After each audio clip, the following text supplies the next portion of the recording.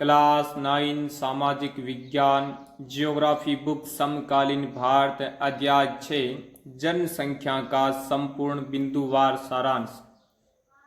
पहला बिंदु है जनसंख्या का महत्व। मानव समाज, संस्कृति, अर्थव्यवस्था एवं संसाधनों के उपयोग का केंद्र है जनसंख्या। प्राकृतिक आपदाएं, संसाधनों का प्रयोग आदि सब मानव उपस्थिति पर निर्भर करते हैं। दूसरा बिंदु है सामाजिक अध्ययन में जनसंख्या का स्थान। जनसंख्या सामाजिक अध्ययन का आधार है। अन्य भौगोलिक तत्वों की समझ इसके आंकड़ों से ही मिलती है। तीसरा बिंदु है जनसंख्या का आकार और वितरण। वर्ष 2011 में भारत की जनसंख्या 121 करोड़ थी। भारत में दुनिया की 17.5% जनसंख्या निवास करती है, लेकिन भूभाग केवल 2.4% ही है। चौथा बिंदु है सबसे अधिक और कम आबादी वाले राज्य। उत्तर प्रदेश भारत में सबसे अधिक जनसंख्या वाला राज्य है, 16%। सिक्किम और लक्षद्वीप में सबसे कम जनसंख्या निवास करती है। पांचवा बिंदु है असमान वितरण के कारण, मतलब राज्यों में कम या अधिक जनसंख्या क्यों है, इसका क्या रीजन है। इसका रीजन है जलवायु, भूमि, जल की उपलब्धता, उद्योग आदि जनसंख्या वितरण को प्रभावित करते हैं।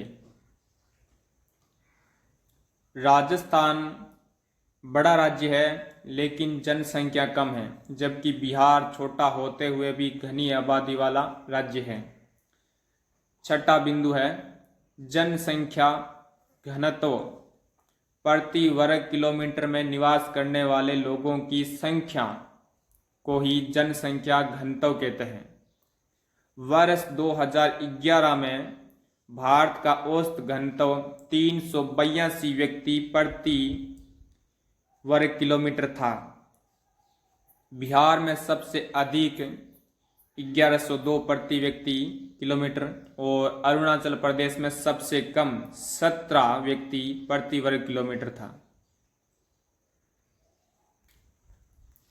सातवां बिंदु है सारांश का घनत्व को प्रभावित करने वाले तत्व। उपजाऊ मिट्टी, जल की उपलब्धता, मौसम की अनुकूलता में अधिक घनत्व होता है। कठिन मतलब या प्रतिकूल मौसम वाले क्षेत्रों में कम घनत्व होता है।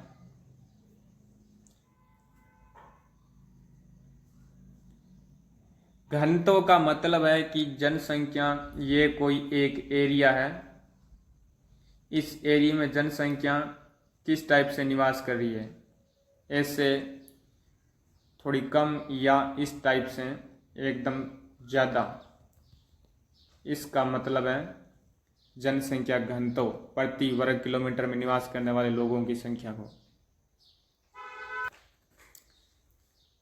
आठवां बिंदु है जनसंख्या वृद्धि। एक निश्चित समय में जनसंख्या में होने वाला परिवर्तन ही जनसंख्या वृद्धि कहलाता है।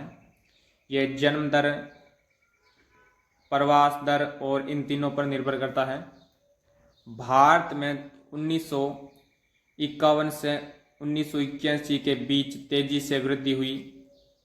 1981 के बाद गति थोड़ी धीमी हुई, पर संख्यात्मक वृद्धि अब भी बनी हुई है। नौवां बिंदु है प्राकृतिक वृद्धि। जन्म दर एंड इन तीनों दोनों का अंतर ही प्राकृतिक वृद्धि दर कहलाता है। भारत में जन्म दर इन चीज़ों से अधिक होने के कारण जनसंख्या में वृद्धि होती रही है। 10वां बिंदु है प्रवास। यह जनसंख्या में बदलाव की तीसरी प्रमुख प्रक्रिया है। ग्रामीण से शहरी क्षेत्रों की ओर अधिक प्रवास होता है। प्रवास से एक स्थान की जनसंख्या बढ़ती है और दूसरे स्थान की जनसंख्या घटती है। 11वां बिंदु है शहरी जनसंख्या में वृद्धि। प्रवास और विस्तार से शहरीकरण बढ़ा है। 1951 में यह 17.3% थी और 2011 में 31.8% हो गई है। 2023 में भारत जनसंख्या में चीन से आगे निकल गया है। 12वां बिंदु है किशोर जनसंख्या। भारत की सबसे बड़ी आबादी 10 से 19 वर्ष के आयु वर्ग में है।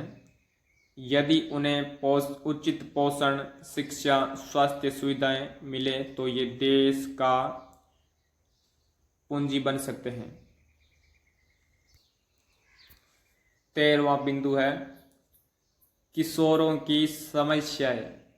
अनेक किशोरों को शिक्षा, पोषण, स्वास्थ्य संबंधी समस्याएं होती हैं। खासकर किशोर लड़कियों को सामाजिक भेदभाव और जैसी समस्याएं अधिक प्रभावित करती हैं। 14वां बिंदु है राष्ट्रीय जनसंख्या नीति।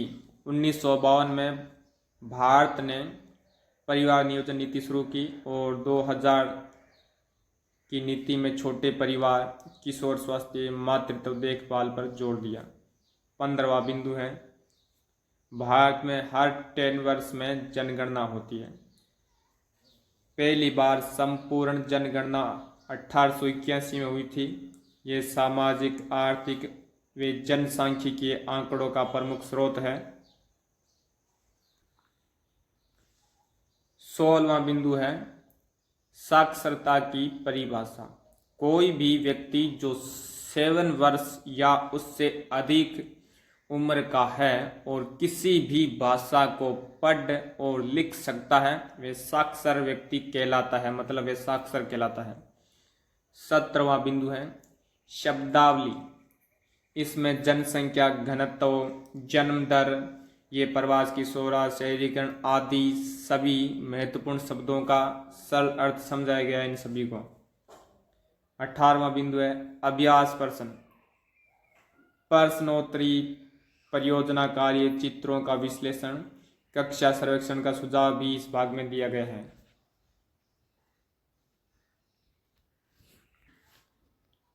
यह इस चैप्टर का पूरा सारांश था जो एकदम कंप्लीट हो चुका है।